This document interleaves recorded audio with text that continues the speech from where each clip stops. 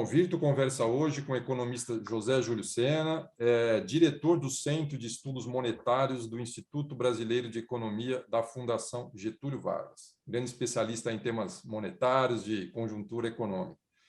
Bom, Sena, com o avanço da vacinação e também com a reabertura do comércio e das outras atividades empresariais, né, a gente havia uma expectativa de recuperação mais rápida da economia. Teve também aí uma contribuição externa, tanto da recuperação como de liquidez nos mercados internacionais. Era uma conjuntura, então, portanto, relativamente favorável. Mesmo assim, agora deu uma virada no humor, né? Parece que as expectativas, parece não, né? Todas as expectativas estão agora sendo revistas e muita gente esperando um crescimento muito baixo no próximo ano. Por que isso aconteceu na sua avaliação?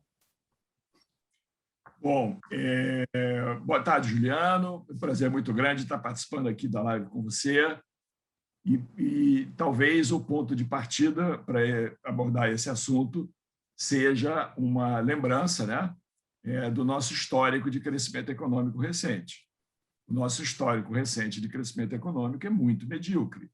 São 4 décadas que a economia brasileira apresenta um crescimento da renda per capita que é pífio, chega a ser quase ridículo, algo inferior a 1% ao ano. Evidentemente, por trás disso, está um crescimento muito modesto também da produtividade. A gente ainda se beneficiou aí de um crescimento populacional, de uma participação maior da força de trabalho nesse processo, tem lá uma certa contribuição, mas a produtividade do trabalho cresce alguma coisa como 0,5% ao ano, em média, nos últimos 40 anos. Então, não existe coisa que todos nós, provavelmente, aprendemos muito cedo nas nossas vidas, não existe efeito sem causa, né? Em qualquer campo do conhecimento humano é assim. Então, se nós estamos nessa situação, é porque a economia está travada, ela está emperrada, ela está cheia de obstáculos que não deixam a gente avançar. A qualidade do elemento humano é uma coisa extremamente importante, a elevadíssima carga tributária que a gente tem é outra, a estrutura de impostos não ajuda no crescimento econômico, as guerras fiscais, né, entre estados, com incentivos, eliminação de impostos para atrair empresas e tudo mais, acaba provocando uma alocação de recursos na economia muito ineficiente, né?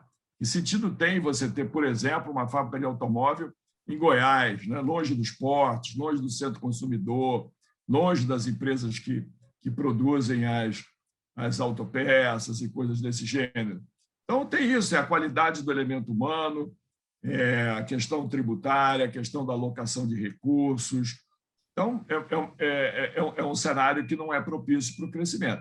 Não me surpreende que todas as vezes que alguma animação com o processo de crescimento acaba acontecendo, ele se frustre de algum modo, como você acabou de mencionar. Claro que há alguns fatores específicos contribuindo bastante para o agravamento, né, dessa perspectiva de crescimento para frente. Isso seria importante de distinguir, né, Sena? O que você está falando, obviamente, tem um cenário, enfim, um cenário histórico do Brasil de baixo crescimento, por todos esses problemas que você bem apontou, mas tem questões mais particulares desse momento específico. Né? Aí o que você veria como causas que estão levando a essa frustração de crescimento? Por exemplo, muito se fala da incerteza com relação ao cenário fiscal. Isso é algo que tem um impacto direto? Outros falam do próprio conturbação no cenário político, essa polarização do país que acaba trazendo um ambiente de incerteza, afugenta investidores. Eu sei que é difícil medir exatamente o que pesa mais que o que, mas esse conjunto aí de incertezas, de riscos, também afetam as perspectivas? Com certeza afeta, Juliana. Eu diria o seguinte, nessa separação a que você se referiu, a gente tem os fatores históricos, vamos dizer assim, chamados estruturais, né, que seriam compatíveis com esse crescimento aí da renda per capita um pouco inferior a 1% ao ano. isso seria dado pela estrutura da economia brasileira. Agora, você pode ter, de repente, um desempenho até pior do que esse. E, como você mesmo mencionou, para 2022, as expectativas dominantes agora já estão levando o crescimento do PIB para 1% ao ano, 0,5% ao ano, o crescimento total, não estamos nem falando da variável PIB per capita, né? Então, nós podemos separar esse da estrutura, essa parte que é histórica, ela só vai mudar na medida em que ocorram reformas modernizantes numa dimensão grande. E não adianta reformar aqui ou ali. São reformas abrangentes e profundas. Nós podemos, inclusive, se for o caso, tratar disso mais adiante. Na questão mais conjuntural, não há a menor dúvida de que o ambiente político o atrapalha muito, porque adiciona um elemento de incerteza além do que já existe na economia de modo geral. Todo empresário, todo investidor, ele sempre se defronta, né, com expectativas de retorno para os seus empreendimentos e dos riscos em torno dessas expectativas. E, na medida em que existe hoje uma polêmica gigante em torno da estrutura política do Brasil, digamos assim, para o futuro, não é? Ameaças de golpe, é uma coisa assim, quase que inacreditável. Um tempo atrás eu não conseguiria imaginar, numa conversa como essa sobre economia, haver referência à palavra golpe, à palavra escapar das 4 linhas da Constituição. Isso eram coisas absolutamente impensáveis há um tempo atrás. E, evidentemente, traz um elemento de risco muito grande. E inibe investimentos, inibe a vinda de capitais estrangeiros para cá, inibe a própria mobilização de recursos pelos empresários locais. Não há a menor dúvida de que esse é um fator. O outro fator é que a obsessão do atual presidente da República com a reeleição, mesmo na hipótese de não haver uma ruptura institucional, aspecto para o qual a questão essa que, evidentemente, a gente torce para que não aconteça, via o processo eleitoral normal, essa fixação dele com a reeleição, ela inevitavelmente descamba para a questão fiscal, né? Porque, por exemplo, agora tem toda essa discussão aí dos precatórios. Eu fico assim assustado quando eu vejo o Supremo Tribunal Federal no meio da discussão sobre o precatório, né? Como é que pode o Supremo Tribunal Federal participar de uma conversa, de uma negociação sobre a presença de precatórios no orçamento do ano que vem ou não? Não há a menor dúvida de qualquer que seja a decisão a ser tomada nesse campo, haverá contestações mais adiante. E essas contestações vão cair no colo de quem para julgar? No colo do próprio Supremo. Então, olha que coisa assim difícil de ser concebida, né? E, na verdade, uma grande parte do problema, evidentemente, eu não estou dentro do jogo assim, a ponto de ter todas as informações necessárias, mas uma parte importante disso é previsível, eu imagino, né? No ano passado, já houve reclamações sobre... Eu me lembro que surgiu até... não sei se surgiu, mas foi bem badalada a expressão indústria de precatório. Ficou muito esclarecido o que, de fato, isso quer dizer, mas tinha uma preocupação com o assunto. E agora é como se a coisa tivesse caído dos céus, né? Como se fosse um meteoro. Tivesse havido uma preocupação maior com as contas públicas há mais tempo, as emendas de relator, talvez, lá atrás, lá em março, não teriam sido aprovadas. Talvez tivesse havido mais cuidado, né, com certas políticas de governo. O fato só para complementar a tua ideia, assim, acho que fica essa impressão, né, que colocaram esse bode na sala, digamos assim, né, estão tentando, de alguma maneira, criar espaço fiscal, porque tem toda uma série de promessas que precisam ser atendidas, desde aumento com auxílio de com auxílio de benefícios sociais, temos também as emendas que você se referiu, e, de repente, perceberam que já não tinha espaço no orçamento, respeitando o teto, para pagar todas as promessas, né? Exatamente. E o desfecho disso não é previsível, né? E eu vejo analistas, de modo geral, participantes de mercado, comentando: bom, mas peraí, mas o fiscal não está melhorando? É importante deixar isso claro. A melhora que houve em algumas estatísticas fiscais é uma melhora decorrente de uma razão ruim, fundamentalmente. Aliás, de mais de uma razão. Uma delas, em particular, é especialmente ruim, que é a questão da inflação. Então, por exemplo, a melhora da relação dívida-PIB, por exemplo, né? São comparações, é uma comparação entre variáveis nominais. Então, a inflação influencia esses números. O PIB nominal, agora, inclusive no segundo trimestre, né? Você compara trimestre com trimestre, o PIB real no segundo trimestre do ano cresceu 12%, alguma coisa desse tipo. Você adiciona a variável inflação nessa história, vai a mais de 20%. Então, uma relação em que a variável do denominador cresce mais de 20%, ela vai melhorar, até porque a dívida lá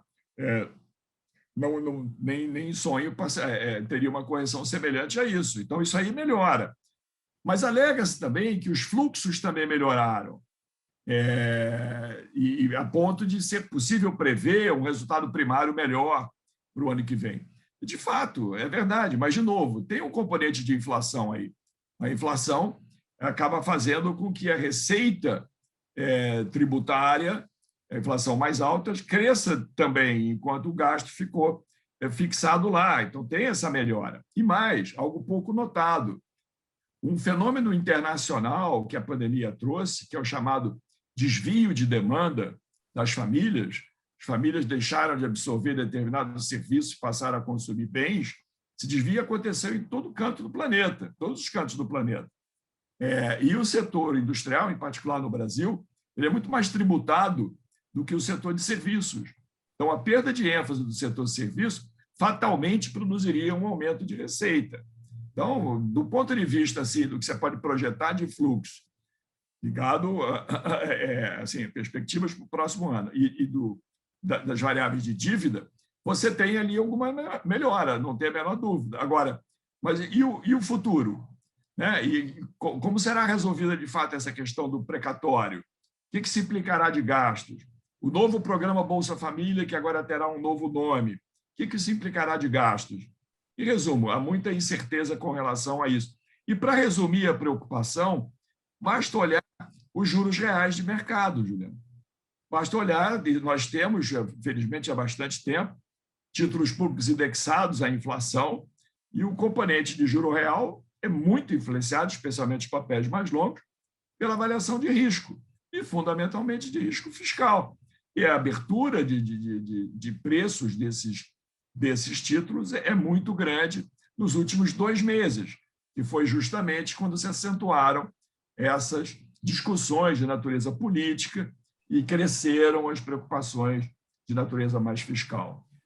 E muitas pessoas acho que não têm ideia, né, de como isso impacta toda a economia, né, Sena? Como que esses juros, afinal de contas, por exemplo, é a taxa que é levada para estimar se vale a pena uma empresa abrir o capital dela ou não, se ela vai ser rentável ou não, se os investimentos vão ser feitos, né? Então, isso é algo também que está pesando no crescimento econômico. Sem dúvida alguma. Não há dúvida que está. Com relação especificamente à inflação que você mencionou, Sena, o Banco Central aí está numa situação bem particular, digamos assim. Como você mesmo já disse, a inflação tem múltiplas causas, porque tem um efeito aí da pandemia, do rompimento de cadeias de produção em todo o mundo, falta de produtos de um lado, mas tem também questões locais, né? A questão fiscal que você mencionou. E a inflação nossa, enfim, já está rompendo a barreira dos 10%, está entre as mais elevadas do mundo, apesar de esse efeito ter acontecido em outros lugares, aqui parece ter sido mais acentuado.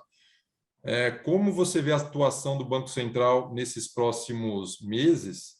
Se vai ter alguma pressão política sobre a atuação do Banco Central ou se ele vai partir para uma comunicação, uma política de suavizar essa inflação para tentar mirar numa inflação mais baixa mesmo apenas em 2023? Como você vê essa movimentação aí do Banco Central?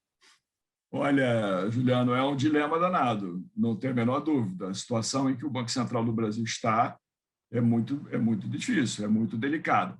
Deixa eu elaborar um pouquinho sobre essa questão do componente de inflação que talvez a gente possa chamar de, simplificadamente, a inflação da pandemia.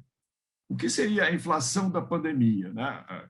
A pandemia, como o termo está dizendo, pegou o mundo todo, pegou a parada inteira. E esse componente da inflação que a gente tem aqui no Brasil, ele está presente em toda parte também. Então, a gente pode chamar de a inflação da pandemia. O que é isso? A pandemia alterou, provocou importantes alterações, produziu importantes, deu boas chacoalhadas no lado da oferta de bens e de serviços. Né? Muita produção produção em vários cantos do planeta, produção de bens foi interrompida, fábricas tiveram que trabalhar numa escala mais precária, a distribuição de produtos foi prejudicada, os movimentos dos portos internacionais foram prejudicados. Então, foram se acumulando gargalos na distribuição, na produção e na distribuição de bens. É o fenômeno do lado da oferta provocado pela pandemia. Mas o que mais que a pandemia provocou? O que eu mencionei antes, o tal desvio de demanda. Foi a pandemia também que fez as pessoas, as famílias, saírem de certos serviços que têm contato social para determinados bens, especialmente bens duráveis. Então, é um lado de oferta e um lado da demanda. Esse componente da inflação, Juliano, tem sido muito pouco notado isso. Ele é novo, ele é raro. Por que ele é raro? Porque ele é provocado pela pandemia. E a pandemia é um evento raro. Então, a gente não conhece esse fenômeno direito. Agora, talvez alguém possa perguntar, bom, e qual é o problema de não conhecer direito? O problema é que fica muito difícil fazer previsão. Então, você me fez uma pergunta que envolve um pouquinho de previsão, eu vou chegar lá na minha resposta num minuto. De que previsão eu estou falando? Até onde isso vai? Onde é que vai terminar isso? Vamos supor o seguinte, choque de petróleo, a gente já viu. Choques de commodities, quebras de safra, problemas climáticos, são muito comuns. Não quer dizer que seja simples lidar com essas coisas, mas você consegue, de alguma maneira, para usar a linguagem do economista, modelar o problema, botar num modelinho. Por exemplo, commodities. Commodities recentemente subiram, as cotações subiram, em boa parte, do crescimento da China, recuperação da China, e recuperação da economia americana. Então, talvez o nível de juro real no mundo, né, nos Estados Unidos em particular, seja um elemento determinante importante também. Então, se você consegue explicar o passado com um modelinho, você faz simulações sobre o futuro e você tem uma ideia de para onde vão os preços das commodities. Quando a China desacelerar, e já está acontecendo, quando os Estados Unidos, quando a economia americana se desacelerar, vai acontecer, as commodities vão acabar cedendo de alguma maneira. Agora, este outro fenômeno vai acabar quando? Como é que eu posso modelar essa história? Eu não consigo, eu não sei. O importante hoje para entender esse fenômeno é recorrer às pesquisas qualitativas e às entrevistas com o pessoal do ramo, com os empresários. E eu fico preocupadíssimo quando ouço essa turma se manifestar, porque não tem ninguém prevendo normalização de entrega de bens a curto prazo. Isso vai entrar para o 2022. Então, essa é a grande dificuldade deste fenômeno. Então, desde o começo do processo, eu tenho ressaltado, diante de questões semelhantes a essa que você trouxe, por exemplo, eu tenho uma dificuldade muito grande de entender até onde isso vai. Eu não estou querendo dizer que a inflação vai a 30%, não é isso que eu estou querendo dizer no Brasil. Eu não sei aonde ela vai. Ela ia parar em 6%, não parou. 7%, 8%, 9%, 10%, pode ser 12%. A gente não sabe até onde isso vai. Então, a incerteza com relação ao juro do Banco Central é uma coisa enorme. Para fechar um pouco essa história, talvez valha a pena dizer o seguinte, eu diria que nos Estados Unidos de hoje, o fenômeno inflacionário que está sendo vivido lá é exclusivamente esse. Talvez um pouco de forçação, talvez não seja assim, exclusivamente esse, mas é quase isso. O processo lá é fundamentalmente este. No Brasil não é. Por quê? No Brasil nós tivemos, em cima disto, a gente tem o problema climático há pouco tempo, com as geadas, a gente tem agora a crise energética, a gente tem uma coisa chamada câmbio, que reflete comportamento de risco, a gente falou de risco há pouco tempo, né? E o preço de combustíveis, por exemplo, que é uma variável extremamente importante nesse processo todo, muito influenciada pelo câmbio. Então, tem um monte de coisas acontecendo, isso que justifica a gente dizer que a inflação no Brasil é uma inflação de múltiplas causas. E a grande dificuldade, dado que o componente principal talvez seja esse que eu chamei de a inflação da pandemia, não nos permite dizer até onde isso vai. Deixa eu elaborar só mais um pouquinho sobre isso. Você, Juliano, acompanha de perto essas coisas que o Banco Central faz, as decisões e essas coisas todas. Em março, começou a retirada da acomodação monetária. Quando o Banco Central fez isso, você certamente se lembra, veio acompanhado da história de que a normalização seria parcial. Por que foi isso? Porque os modelos do Banco Central permitiram enxergar que se a taxa Selic fosse levada a 4,5% em dezembro deste ano e 5,5% em dezembro do ano que vem, a inflação estaria na meta. E como isso, esses níveis de juros nominais são inferiores ao chamado juro de equilíbrio ou juro neutro, perfeito, está aí, está justificado o Banco Central ter dito que era uma normalização parcial. Pulando um Copom, reunião de Comitê de Política Monetária, pulando um no outro, a conclusão do Banco Central não era mais essa. Era de que o juro teria que ir para o neutro. Por quê? Porque as simulações mostravam que o juro precisaria ir a 6,25 neste ano, 6,5 no ano que vem. Caramba, para cumprir a mesma meta, no mesmo horizonte, precisa de mais juro? Pois é, acabou aí? Não. Na reunião seguinte, de agosto, concluíram que o juro tem que ir a 7% agora e no ano que vem, para que a meta seja cumprida. Portanto, diretriz do Banco Central, o juro agora tem que ir acima do neutro. O que isso traduz?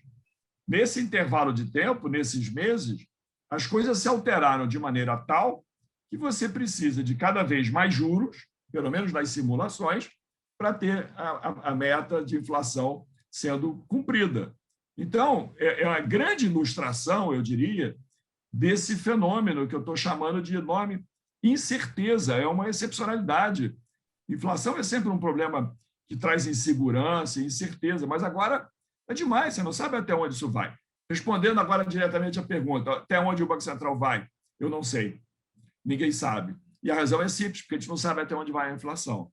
E mais, no caso do juro, a insegurança da previsão é ainda maior, porque eu não sei quanto acima, em que dimensão acima da projeção de inflação eu tenho que colocar o juro de política monetária para conter um fenômeno que agora começa a desestabilizar as próprias expectativas de inflação, o que é perigosíssimo. Para resolver este problema, somente, não há opção, não há alternativa, somente governo como um todo e Banco Central trabalhando juntos. Entregar para o Banco Central, como eu vejo muita gente pensar, agora o Banco Central é autônomo, entrega o problema da inflação para ele e está resolvido, chance zero de ter sucesso. Combater a inflação agora é uma tarefa de governo como um todo, e não apenas do Banco Central. Ótimo, Senna, muito boa análise. Só para concluir a conversa, falar um pouco de reformas, né? Você falou o governo como um todo trabalhar. O governo parece que não trabalha muito para as reformas, pelo menos não que aquelas que a gente imagina que poderia contribuir para aumentar a produtividade da economia, né? Problemas agora na reforma da administrativa, já tivemos a questão na reforma tributária, do imposto de renda. Qual a sua avaliação? É possível imaginar que tenhamos alguma reforma bem feita nesses próximos meses, ainda nesse governo, no atual cenário político? Como você tem visto essa questão? Eu acho que não tem chance disso acontecer, eu acho baixíssima, né, a chance, melhor dizendo, e, na verdade, eu torço até para que não haja tentativas nesse sentido. Eu entendo ser extremamente importante, quando a gente está lidando com a palavra reformas, a gente entender o que está implícito nisso. Nós precisamos de reformas modernizantes, reformas que modernizem a nossa economia. No começo, nós comentamos, nós temos um problema estrutural de crescimento.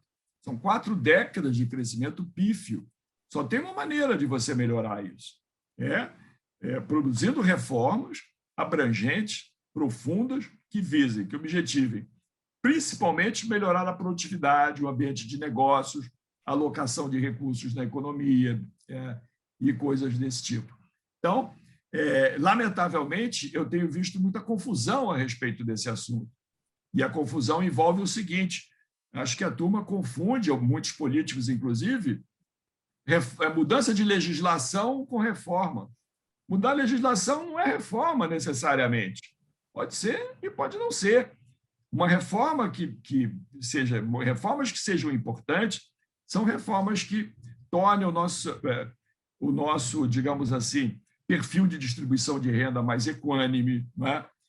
Que você ponha fim a determinados privilégios, são gastos públicos que, na verdade, a gente tem isso de montão, que, como são excessivos em determinada direção, faz com que não sobre recursos para você investir onde precisa, em questões educacionais, saúde e nessas coisas. Reforma tributária, por exemplo, você precisa que ela mexa com a produtividade da economia.